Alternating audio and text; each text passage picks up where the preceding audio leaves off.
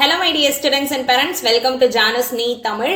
இந்த வீடியோல கிளியர் கட்டா NEET counselling இந்த இயர்க்கான நீட் கவுன்சிலிங்ல வரக்கூடிய ஒரு ஸ்டெப்பையும் டீடைல்டா எக்ஸ்பிளைன் பண்றேன். இதுக்கு முன்னாடி உங்களுக்கு கவுன்சிலிங் பத்தி எந்த ஒரு நாலேஜுமே இல்லை, எனக்கு வந்து கவுன்சிலிங் பத்தி எதுவுமே தெரியாது மேம் அப்படின்னு சொன்னீங்கனாலுமே இப்போ ஃபர்ஸ்ட்ல இருந்து லாஸ்ட் வரைக்கும் கவுன்சிலிங்ல என்ன நடக்கும் அப்படின்றத கிளியரா சொல்றேன். நமக்கு ரெண்டு விதமான கவுன்சிலிங் இருக்கு இல்லையா, ஒன்னு ஆல் இந்தியா மெடிக்கல் கவுன்சிலிங் இருக்கு, அதே மாதிரி நம்ம தமிழ்நாடுல நடக்கக்கூடிய ஸ்டேட் மெடிக்கல் கவுன்சிலிங் இருக்கு. இந்த ரெண்டு கவுன்சிலிங்லயுமே ஸ்டெப்ஸ் எல்லாமே காமனா தான் இருக்கும், பட் ஃபீஸ் ஸ்ட்ரக்சர் இருக்கு இல்லையா, ஃபீஸ் ஸ்ட்ரக்சர் மட்டும் தான் டிஃபரெண்டா இருக்கும். ஸோ இந்த ரெண்டு கவுன்சிலிங் பத்தி கிளியர் கட்டா நான் இப்போ எக்ஸ்பிளைன் பண்றேன். ஃபர்ஸ்ட் நம்ம all India medical counselling apply பண்ணணும் அப்படின்னா mcc.nic.in வெப்சைட்ல தான் போய் அப்ளை பண்ணுவோம். அதே மாதிரி தமிழ்நாடு மெடிக்கல் கவுன்சிலிங் அப்ளை பண்ணணும் அப்படின்னா தமிழ்நாடு மெடிக்கல் செலக்ஷன்.netல தான் அப்ளை பண்ணுவோம். நான் ஒன்ஸ் ரிஜிஸ்ட்ரேஷன் போர்ட்டல் ஓபன் பண்ணிட்டாங்க அப்படின்னா as soon as உங்களுக்கு அப்டேட் பண்றேன். MCC-க்கான ரிஜிஸ்ட்ரேஷன் போர்ட்டல் இன்னுமே நமக்கு ஓபன் பண்ணல, பட் தமிழ்நாடு மெடிக்கல் செலக்ஷனுக்கான அப்ளிகேஷன் ப்ராசஸ் ஆல்ரெடி ஓபன் ஆயிட்டு ஜூலை 23 தான் லாஸ்ட் டேட். ஸோ நீங்க அப்ளை பண்ணாதவங்க இப்பயே அப்ளை பண்ணிக்கோங்க. பட் எம்சிசி ஆல் இந்தியா கோட்டாக்கு இன்னுமே ரிஜிஸ்ட்ரேஷன் போர்ட்டல் ஓபன் பண்ணல. ஒன்ஸ் ஓபன் பண்ணிட்டாங்க அப்படின்னா ஸ்டெப் பை ஸ்டெப் டெமோல இருந்து எப்படி சாய்ஸ் ஃபில் பண்ணும், எப்படி பேமெண்ட் பண்ணும், ஃபைனலா எப்படி சீட் அலாட்மெண்ட் இருக்கும், நம்ம எப்படி காலேஜ் ஜாயின் பண்ணும், இது எல்லாத்த பத்தின வீடியோவும் நான் அந்த டைம்ல சொல்றேன். பட் இப்ப பேசிக்கா நம்ம கவுன்சிலிங் ப்ராசஸ்க்குள்ள போறதுக்கு முன்னாடி என்னென்ன ஸ்டெப்லாம் இருக்கும் அப்படின்றத பேசிக்கா தெரிஞ்சுக்கோங்க. ஸோ ஃபர்ஸ்ட் நம்ம கவுன்சிலிங் பொறுத்த வரைக்கும் எத்தனை ரவுண்ட் இருக்குன்னு பார்த்தோம்னா 4 ரவுண்ட் இருக்கும். இந்த 4 round MCC counselling, all India கவுன்சிலிங்கா இருந்தாலும் சரி, தமிழ்நாடு மெடிக்கல் கவுன்சிலிங், இந்த ரெண்டு கவுன்சிலிங்குமே இது காமன் தான். லாஸ்ட் ரவுண்ட் இருக்கு இல்லையா, இதை தான் ஸ்ட்ரே ரவுண்டுன்னு சொல்லுவோம். ஸோ ரவுண்ட் 4 அப்படின்னாலும் ஸ்ட்ரே ரவுண்ட்னாலும் ஒன்று தான். ஸோ டோட்டலா நமக்கு round 1, round 2, round 3 and round 4 stray vacancy round இருக்கும். இப்போ இந்த ரவுண்ட் எல்லாம் ஸ்டார்ட் ஆகிறதுக்கு முன்னாடி ஃபர்ஸ்ட் என்ன பண்ணுவாங்க அப்படின்னா complete schedule of NEET counselling.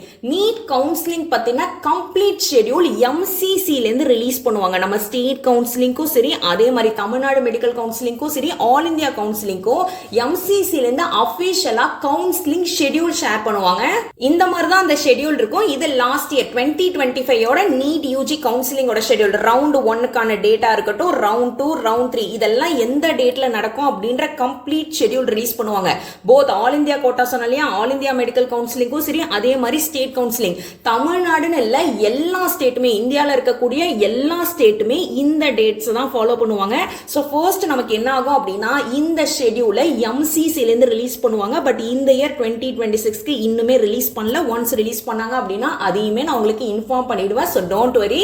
Next நம்ம என்ன பண்ணுவோம் அப்படின்னு பார்த்தோம்னா ரிஜிஸ்ட்ரேஷன் ப்ராசஸ் பண்ணுவோம். இந்த ரிஜிஸ்ட்ரேஷன் ப்ராசஸ் நீங்க ஆல் இந்தியா கோட்டாக்கு அப்படின்னா எம்சிசி வெப்சைட்ல பண்ணுவோம். அதே மாதிரி தமிழ்நாடு மெடிக்கல் கவுன்சிலிங்க்கு நம்ம டிஎன் மெடிக்கல் செலக்ஷன்ல போய் ரிஜிஸ்ட்ரேஷன் பண்ணுவோம்.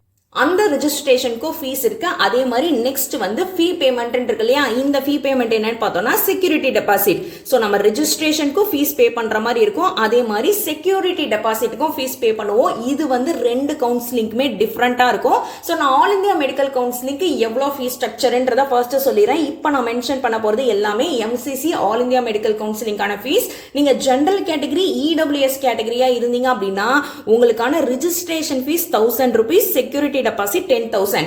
சப்போஸ் நீங்க ஓபிசி, எஸ்சி, எஸ்டி, பிடபிள்யூடி ஸ்டூடெண்டா இருக்கீங்க அப்படின்னா ரிஜிஸ்ட்ரேஷன் ஃபீஸ் 500 rupees, அதே மாதிரி செக்யூரிட்டி டெபாசிட் 5000 rupees. நீங்க ஆல் இந்தியா மெடிக்கல் கவுன்சிலிங்ல டீம்டு யூனிவர்சிட்டிஸ் இருக்கு இல்லையா, இதுக்கு முன்னாடி நான் சொன்னது எல்லாமே ஆல் இந்தியா லெவல்ல இருக்கக்கூடிய எல்லா கவர்மெண்ட் காலேஜஸ், இந்தியால இருக்கக்கூடிய எல்லா கவர்மெண்ட் காலேஜ்ல இருக்கக்கூடிய 15% சீட் வந்து ஆல் இந்தியா மெடிக்கல் கவுன்சிலிங் வழியா தான் ஃபில் பண்ணுவாங்க.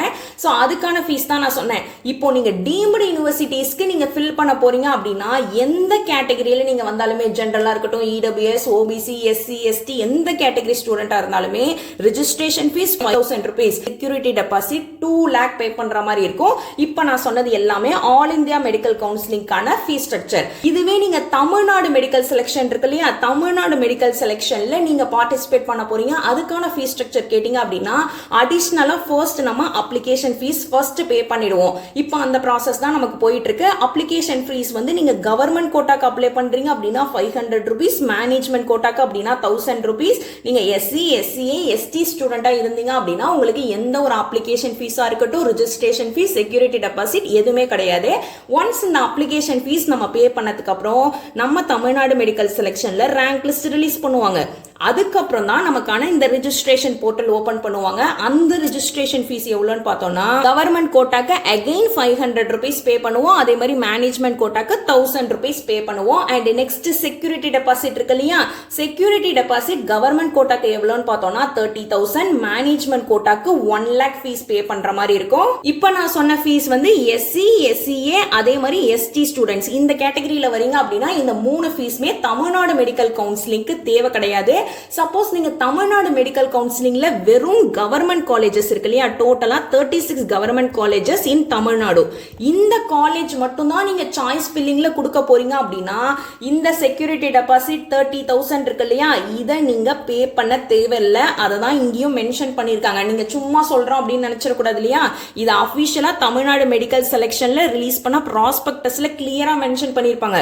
Fees paid at the time of registration for counselling especially if the candidate wish to opt for government quota seats in self-financing colleges, management quota, NRI quota of self-financing colleges. Security deposit அப்படின்றது private collegeல நீங்க government quota seat எடுத்தாலும் fees pay பண்ணணும், management quotaனாலும் fees pay பண்ணணும், அதே மாதிரி NRI quotaனாலும் security deposit fees pay பண்ணணும். But நீங்க government colleges 36 government colleges இருக்கு இல்லையா, இத மட்டும் தான் நீங்க fill பண்ண போறீங்க அப்படின்னா உங்களுக்கு security deposit தேவை கிடையாது. பட் எனிவேஸ் நம்மளோட security deposit அகைன் நமக்கு ரீஃபண்ட் பண்ணிடுவாங்க. கவுன்சிலிங்கோட ரூல்ஸ் அண்ட் ரெகுலேஷன்ஸை பர்ஃபெக்டா நம்ம ஃபாலோ பண்ணிட்டோம் அப்படின்னாலே நமக்கான செக்யூரிட்டி டெபாசிட் எந்த பேங்க் அக்கௌண்ட்ல இருந்து நம்ம பண்ணியிருந்தோமோ அந்த பேங்க் அக்கௌண்ட்டுக்கு ரீஃபண்ட் பண்ணிடுவாங்க. ஒன்ஸ் இந்த ப்ராசஸ் முடிஞ்சதுக்கு அப்புறம் தான் நெக்ஸ்ட் நம்ம சாய்ஸ் ஃபில் பண்ற மாதிரியே இருக்கும். இந்த சாய்ஸ் ஃபில்லிங்ல தான் நமக்கு பிடிச்ச காலேஜஸ் இருக்கு இல்லையா, இந்த காலேஜஸ் லிஸ்ட்டை நம்ம விருப்பத்துக்கு ஏற்ற மாதிரி ஒரு காலேஜா 1 2 3 4 அப்படின்ட்டு எவ்வளோ நம்பர் ஆஃப் காலேஜஸ் வேணாலும் ஃபில் பண்ணலாம். இதுல எந்த ஒரு அப்பர் லிமிட்டுமே கிடையாது. 20 காலேஜ் தான் ஃபில் பண்ணும், 30 காலேஜ் தான் ஃபில் பண்ணும், அந்த மாதிரி எந்த ஒரு கிரைட்டீரியாவுமே கிடையாது. உங்களுக்கு பிடிச்ச காலேஜ் எத்தனை காலேஜ் வேணாலும் ஆர்டர் வைஸ் உங்களுக்கு பிடிச்ச ஆர்டர்ல நீங்க ஃபில் பண்ணலாம். பட் ஒரு ரவுண்டுக்கும் நம்ம செப்பரேட்டா ஃபில் பண்ற மாதிரி இருக்கும். ஃபார் எக்ஸாம்பிள் நீங்க ரவுண்ட் 1க்கு சாய்ஸ் ஃபில் பண்ணீங்க அப்படின்னா ரவுண்ட் 1 முடிஞ்சதுக்கு அப்புறம் ரவுண்ட் 2க்கு நம்ம திரும்ப ஃப்ரெஷ்ஷா தான் சாய்ஸ் ஃபில் பண்ற மாதிரி இருக்கும். ரவுண்ட் 1ல ஃபில் பண்ண சாய்ஸ் வந்து ரவுண்ட் 2க்கு கேரி ஃபார்வர்ட்லாம் ஆகாது. ஸோ அதனால ஒரு ரவுண்டுக்குமே நம்ம ஃப்ரெஷ்ஷா ஃபில் பண்ற மாதிரி இருக்கும். ப்ரீவியஸ் ரவுண்ட்ல இருக்கிறது எல்லாமே நல் அண்ட் வாய்ட் ஆயிடும், எதுவுமே இருக்காது. ஃப்ரெஷ்ஷா ஃபில் பண்ணா மட்டும்தான் அந்த ஃபில்லிங் ஏற்ற மாதிரி தான் நெக்ஸ்ட் ரவுண்ட்ல நமக்கு சீட் அலோகேட் பண்ணுவாங்க. ஸோ ஒன்ஸ் இதுக்கு நமக்கு எப்பயுமே ஒரு 5 to 6 days ஆகுது கண்டிப்பா நமக்கு டைம் கொடுப்பாங்க. ஒன்ஸ் இந்த ப்ராசஸ் முடிஞ்சதுக்கு அப்புறம் தான் நமக்கான ரிசல்ட் வரும். இந்த ரிசல்ட்ல என்ன சொல்லுவாங்க அப்படின்னா, நம்ம ஒரு சாய்ஸ் ஃபில் பண்ணோம் இல்லையா, நம்ம list of colleges choice list கொடுத்தோம்ல, அந்த காலேஜ்ல எந்த காலேஜ்லயாவது சீட் இருந்தது அப்படின்னா எந்த காலேஜ்ல நமக்கு சீட் இருக்கோ அந்த காலேஜை நமக்கு அலாட் பண்ணிடுவாங்க based on your rank, choice and priority given. நீங்க எடுத்திருந்த ரேங்க் இருக்கு இல்லையா, அந்த ரேங்கை பேஸ் பண்ணியும் நீங்க சாய்ஸ் ஃபில் பண்ணீங்க இல்லையா, நீங்க எந்தெந்த காலேஜஸ்லாம் வேணும்னு அந்த சாய்ஸ் ஃபில் பண்ணியிருந்தீங்களோ அதே மாதிரி எந்த ஆர்டர்ல ஃபில் பண்ணிருக்கீங்களோ அதை பேஸ் பண்ணி தான் உங்களுக்கான சீட்டே அலோகேட் பண்ணுவாங்க. இதுல என்ன முக்கியமான விஷயம் அப்படின்னா, ஃபார் எக்ஸாம்பிள் நீங்க ஒரு காலேஜுக்கு போகணும்னு நினைச்சு அந்த காலேஜை சாய்ஸ்ல நீங்க ஃபில் பண்ணாம விட்டுட்டீங்க அப்படின்னா அந்த காலேஜ்ல சீட் இருந்தாலுமே உங்களுக்கு சீட் அலாட் ஆகாது. அதே மாதிரி ப்ரையாரிட்டி நான் ஒன்னு சொல்லியிருக்கேன் இல்லையா, இந்த ப்ரையாரிட்டி அப்படின்றது நீங்க எந்த ஆர்டர்ல காலேஜ் ஃபில் பண்ணிருக்கீங்க. ஃபார் எக்ஸாம்பிள் நீங்க ஆல் இந்தியா கவுன்சிலிங் அட்டெண்ட் பண்ண போறீங்க, ஃபர்ஸ்ட் எய்ம்ஸ் கொடுக்குறீங்க, நெக்ஸ்ட் ஜிப்மர் கொடுக்குறீங்க, அதுக்கப்புறம் வந்து எம்எம்சி கொடுக்குறீங்க, நெக்ஸ்ட் ஸ்டான்லி கொடுக்குறீங்க அப்படின்னா நம்மளோட ரேங்குக்கு எய்ம்ஸ்ல சீட் இருக்கான்னு பார்ப்பாங்க. ஃபர்ஸ்ட் எய்ம்ஸ்ல சீட் இல்ல அப்படின்னா நெக்ஸ்ட் ஜிப்மர்ல சீட் இருக்கான்னு பார்ப்பாங்க. நம்ம ரேங்குக்கு ஜிப்மர்ல சீட் இல்ல அப்படின்னா நெக்ஸ்ட் எம்எம்சில சீட் இருக்கான்னு பார்ப்பாங்க.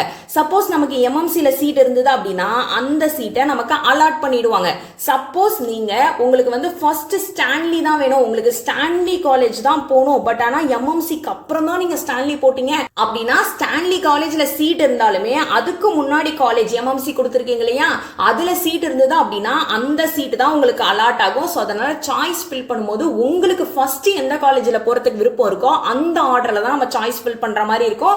அண்ட் ஒன்ஸ் இந்த ரிசல்ட் எல்லாம் வந்ததுக்கு அப்புறம் நமக்கு நெக்ஸ்ட் என்ன பண்ணுவாங்க அப்படின்னா report physically to the college. நமக்கு எந்த காலேஜ்ல சீட் கிடைச்சிருக்கு அப்படின்றது தெரிஞ்சிருமா? நமக்கு ஓகே அப்படின்னா நெக்ஸ்ட் நம்ம ஓகே சொல்லிட்டு டைரக்டா அந்த காலேஜுக்கு நமக்கான ஒரிஜினல் டாக்குமெண்ட்ஸ் இருக்கு இல்லையா, எல்லா ஒரிஜினல் டாக்குமெண்ட்ஸ் அதே மாதிரி ஃபர்ஸ்ட் இயர்க்கான ஃபீஸையும் எடுத்துட்டு டைரக்டா போய் அந்த காலேஜ்ல ஜாயின் பண்ண வேண்டியதான். இதுக்குமே நமக்கு ஷுவரா 6 to 7 days டைம் கொடுப்பாங்க. பட் இந்த 6 to 7 daysக்குள்ள ஃபார் எக்ஸாம்பிள் இப்ப நீங்க தமிழ்நாடுல இருக்கீங்க, தமிழ்நாடுல இருந்துட்டு நீங்க ஆல் இந்தியா மெடிக்கல் கவுன்சிலிங்ல நார்த் ஸ்டேட்ல ஏதோ ஒரு ஸ்டேட்ல போடுறீங்க, ஃபார் எக்ஸாம்பிள் டெல்லியிலயோ இல்ல யூபிலயோ ஒரு காலேஜ்ல நீங்க சாய்ஸ் ஃபில் பண்ணி எனக்கு அந்த காலேஜ் ஓகே அப்படின்னு சீட் அலாட்மெண்ட் கொடுத்துட்டீங்க அப்படின்னாலுமே இந்த 6 to 7 daysக்குள்ள நீங்க போய் ஜாயின் பண்ணி தான் ஆகணும். ஸோ ஒன்ஸ் கவுன்சிலிங்கான டேட்லாம் அனௌன்ஸ் பண்ணிட்டாங்க அப்படின்னாலே உங்களோட ஒரிஜினல் டாக்குமெண்ட்ஸ் இருக்கு இல்லையா, ஒரிஜினல் டாக்குமெண்ட்ஸா இருக்கட்டும், அதே மாதிரி ஃபர்ஸ்ட் இயர்க்கான ஃபீஸுமே எல்லாத்தையும் ரெடி பண்ணி வச்சுக்கோங்க. ஆஸ் வெல் அஸ் நீங்க ஜாயின் பண்ணோனே ஃபர்ஸ்ட் இயர்ல உங்களுக்கு ப்ராக்டிகல்ஸ் இருக்கும். பிராக்டிகல்ஸ்ல நிறைய இன்ஸ்ட்ருமெண்ட்ஸ் தேவைப்படும். ஸ்டெத்தஸ்கோப்பா இருக்கட்டும், டிசெக்ஷன் கிட்டா இருக்கட்டும், பிசியாலஜி இன்ஸ்ட்ருமெண்டா இருக்கட்டும், பிபி அப்பரேட்டஸ், இந்த மாதிரி நிறைய இன்ஸ்ட்ருமெண்ட்ஸ் தேவைப்படும். அப்போ ஒரு இன்ஸ்ட்ருமெண்ட்டையும் ஒரு கடையில போய் ஒரு குவாலிட்டி எப்படி இருக்கு, பிரைஸ் எப்படி இருக்குன்னு கம்பேர் பண்ணி டைம் ரொம்பவே வேஸ்ட் பண்ணுவாங்க. அதுக்கு சிம்பிள் சொல்யூஷன் தான் மெட்கேரோட ஆல் இன் ஒன் கிட். ஒரு ஆர்டர்ல ஃபர்ஸ்ட் இயருக்கு தேவையான எல்லா எசென்ஷியல்ஸுமே அதுல கவர் ஆயிடும். அண்ட் முக்கியமா இன்ட்ரெஸ்டிங் பார்ட் என்னன்னு பார்த்தோம்னா அதுல உங்க நேமோட லேசர் என்கிரேவ் பண்ணியே தந்துருவாங்க. டிசெக்ஷன் ஹால்ல 100 ஸ்டூடெண்ட்ஸ்க்கு மேல ஒரே மாதிரி இன்ஸ்ட்ருமெண்ட்ஸ் வச்சிருப்பாங்க. பிராக்டிகல் முடிஞ்சதுக்கு அப்புறம் யாரோட இன்ஸ்ட்ருமெண்ட்ஸ் யாரோடது அப்படின்ற கன்ஃபியூஷன் ரொம்ப காமனா நடக்கும். அதுல சப்போஸ் உங்க பேர் இருந்தது அப்படின்னா கண்டிப்பா உங்களுக்கு ஐடென்டிஃபை பண்றதுக்கும் ஈஸியா இருக்கும். மிஸ் ஆகிறதுக்கான சான்சஸ்மே ரொம்ப கம்மி. சோ கவுன்சிலிங் முடிஞ்ச உடனே இதையும் உங்க செக்லிஸ்ட்ல ஆட் பண்ணி வச்சுக்கோங்க. டிஸ்கிரிப்ஷன்ல லிங்க் கொடுத்திருக்கேன். காலேஜ் ஸ்டார்ட் ஆகும் போதே டாக்டர் அப்படின்னு உங்க நேம் போட்டு உங்களோட கிட்டையும் எடுத்துட்டு போங்க. ஸோ இந்த மாதிரி தான் நமக்கு ஒரு ரவுண்ட்லையுமே கவுன்சிலிங் ப்ராசஸ் நடக்கும். பட் நம்ம ரெஜிஸ்ட்ரேஷன் ஃபீஸ் சொன்னோம் இல்லையா, ரெஜிஸ்ட்ரேஷன் ஃபீஸ் செக்யூரிட்டி டெபாசிட்லாம் ஒன் டைம் ஸ்டார்டிங் ரவுண்ட் 1ல பே பண்ணாலே போதும். அதுக்கப்புறம் திரும்ப ஒரு ரவுண்டுக்கும் இந்த ரெஜிஸ்ட்ரேஷன் ஃபீஸும் செக்யூரிட்டி டெபாசிட்டும் தேவை கிடையாது. இதுதான் லாஸ்ட் இயர் 2025க்கான கவுன்சிலிங்கோட எக்ஸாக்ட் டேட்ஸ். லாஸ்ட் இயர் எம்சிசியோட ஆல் இந்தியா கவுன்சிலிங் இருக்கு இல்லையா, ஸோ இந்த டேட்ல தான் நமக்கு நடந்தது. ரெஜிஸ்ட்ரேஷன் அண்ட் பேமெண்ட் ப்ராசஸ்க்கான டைம் பீரியட் எப்போ கொடுத்திருந்தாங்க அப்படின்னா ஜூலை 21st இருந்து ஆகஸ்ட் 6 வரைக்கும் எக்ஸாக்ட்டா 70 days நடந்தது. பட் என்ன மேம் 17 days சொல்றீங்க, ஒரு 6 to 7 days தானே இருக்கும்னு கேட்டீங்கன்னா, எஸ் லாஸ்ட் இயர் வந்து என்எம்சி ல இருந்து வருஷம் சீட் மேட்ரிக்ஸ் ரிலீஸ் பண்ணுவாங்களே, இந்த காலேஜ்ல இவ்ளோ சீட் இருக்கு, இவ்ளோ சீட் இன்க்ரீஸ் பண்ணிருக்கோம்ட்டு அது வந்து டிலே பண்ணிட்டே இருந்ததுனால தான் ஃபர்ஸ்ட் ரவுண்டே ரொம்ப நாள் நடந்துச்சு. பட் இந்த இயர் நமக்கு ஆல்ரெடி என்எம்சி ல இருந்து சீட் மேட்ரிக்ஸ் ரிலீஸ் பண்ணிட்டாங்க 2026க்கு. அதனால இது யூசுவலா வந்து ஒரு 6 to 7 days நமக்கு நடக்கும். சோ அந்த டைம்ல தான் நமக்கு சாய்ஸ் ஃபில்லிங் இருக்கு இல்லையா, சாய்ஸ் ஃபில் பண்ணிட்டு லாஸ்ட் டே நம்ம லாக் பண்ணாலே போதும். 22 ஜூலைல இருந்து 7th ஆகஸ்ட் வரைக்கும் நமக்கு நடந்திருந்தது. அதுவுமே 17 days நடந்தது இல்லையா. சோ ஒன்ஸ் நம்ம சாய்ஸ் ஃபில்லிங் லாக்கிங் முடிச்சதுக்கு அப்புறம் ப்ராசஸிங் ஆஃப் சீட் அலாட்மெண்ட், நம்ம கொடுத்திருந்த சாய்ஸஸ் இருக்கு இல்லையா, அந்த காலேஜ்ல சீட் இருந்தது அப்படின்னா நமக்கு சீட் அலாட்டட் அப்படின்னு நமக்கு வரும் காலேஜ் நேமோட. சப்போஸ் சீட் அலாட் ஆகல அப்படின்னா நாட் அலாட்டட்னு வரும். நம்ம நெக்ஸ்ட் ரவுண்டுக்கு அப்படியே கேரி ஃபார்வர்ட் பண்ணிட்டு போக வேண்டியதான். சப்போஸ் உங்களுக்கு சீட் அலாட் ஆயிடுச்சு, உங்களுக்கு ஓகே அப்படின்னா அந்த கன்ஃபர்மேஷன் கொடுப்போம் இல்லையா, அதுக்கான டைம் பீரியட் தான் 7th ஆகஸ்ட்ல இருந்து 8th ஆகஸ்ட். ஒன்ஸ் அதுக்கப்புறம் என்ன பண்ணுவாங்க அப்படின்னா ரிசல்ட் பப்ளிஷ் பண்ணிடுவாங்க. ரவுண்ட் 1ல யாருக்கெல்லாம் எந்தெந்த காலேஜ் சீட் அலாட் ஆயிருக்கு அப்படின்ற அபிஷியல் ரிசல்ட் வந்து ஆகஸ்ட் 9th அன்னைக்கு லாஸ்ட் இயர் ரிலீஸ் பண்ணிருக்காங்க.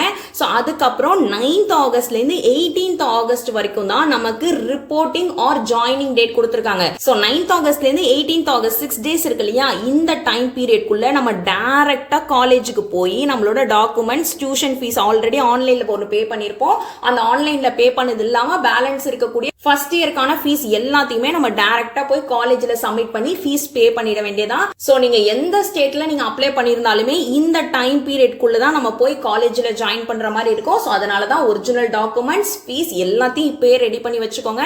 அண்ட் இதே மாதிரி தான் நமக்கு செகண்ட் ரவுண்டும் நடக்கும். ஃபர்ஸ்ட் ரெஜிஸ்ட்ரேஷன் பேமெண்ட்லாம் நம்ம ஆல்ரெடி ஃபர்ஸ்ட் ரவுண்ட்ல பே பண்ணோம் இல்லையா, ஸோ அதுவே போதும். திரும்ப புதுசாலாம் நம்ம வந்துட்டு பேமெண்ட்லாம் பண்ண தேவையில்ல.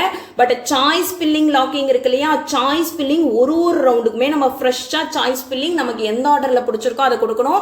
அதே மாதிரி next seat allotment process time கொடுப்பாங்க, நெக்ஸ்ட் ரிசல்ட் வரும், அதுக்கப்புறம் காலேஜ் ஜாயின் பண்றதுக்கான டைம் பீரியட் இருக்கும். ஸோ இதே மாதிரி தான் நமக்கு 4 ரவுண்டுமே, ரவுண்ட் 3 இருக்கட்டும், ரவுண்ட் 4, இந்த மாதிரி தான் நமக்கு ஒரு ரவுண்டும் நடக்கும். ஸோ இப்போ கவுன்சிலிங்கில் இருக்கக்கூடிய எல்லா ஸ்டெப்ஸுமே கிளியர் ஆயிருக்கும்னு நம்புறேன். ஆஸ் வெல் அஸ் எம்சிசியோட ரெஜிஸ்ட்ரேஷன் போர்ட்டல் ஓப்பன் பண்ணிட்டாங்க அப்படின்னா ஆஸ் சூன் அஸ் நம்ம சேனலில் நான் அப்டேட் பண்ணிடுறேன். மறக்காம நம்ம சேனல் சப்ஸ்கிரைப் பண்ணி வச்சுக்கோங்க. As well as Tamil Nadu MBBS BDS counselling ரிலேட்டடாக உங்களுக்கு ஏதாவது தெரிஞ்சுக்கணும்னு நினச்சிங்கன்னா நம்மளோட சேனலில் பிளேலிஸ்ட் செக்ஷன் இருக்கும். தமிழ்நாடு எம்பிபிஎஸ் பிடிஎஸ் கவுன்சிலிங் 2026ன்னு அந்த பிளேலிஸ்ட்டில் போய் பார்த்தீங்க அப்படின்னா இது வரைக்கும் கவுன்சிலிங் ரிலேட்டடாக என்னென்ன இன்ஃபர்மேஷன்ஸ்லாம் நான் ஷேர் பண்ணியிருந்தனோ எல்லாமே அந்த பிளேலிஸ்ட்டில் இருக்கும். உங்களுக்கு ஏதாவது தெரிஞ்சுக்கணும்னு நினச்சிங்கன்னா அந்த பிளேலிஸ்ட்ல போய் பார்த்து தெரிஞ்சுக்கோங்க.